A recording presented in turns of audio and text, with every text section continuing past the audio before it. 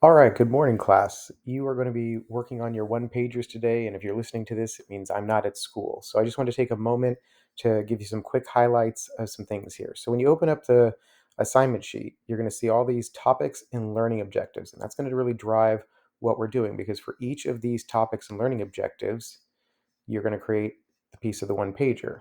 So the one pager is all about creating multiple structure and knowledge charts. You'll do one for each of the learning objective.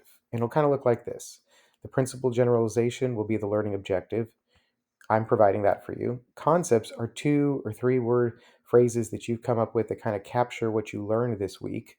The topic is provided above for each of the learning objectives. And then facts are where you put your notes and details for the essential knowledge that you need to understand about that. In addition to doing that for one of each of the learning objectives this week, you'll draw 1 or 2 images that kind of capture the learning that you did in this chapter.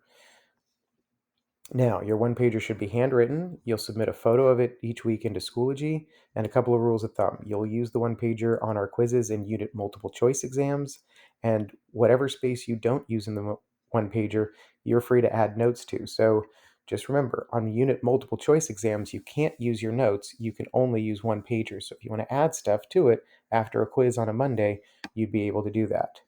If you need a little visual of what it's going to look like, this is an example of one of the learning objectives for this week. Explain how democratic ideals are reflected in Declaration of Independence and US Constitution. So for me, the concepts that I drew out of that were natural rights and checks and balances. The topic is ideals of democracy. And then this is where you would put definitions, key concepts, important events, laws, court case. So anything that has a little star next to it is provided in the assignment sheet. Anything that has a circle next to it, that's what you're creating. All right, good luck with it today. And if you have any trouble, we'll fix things on Monday.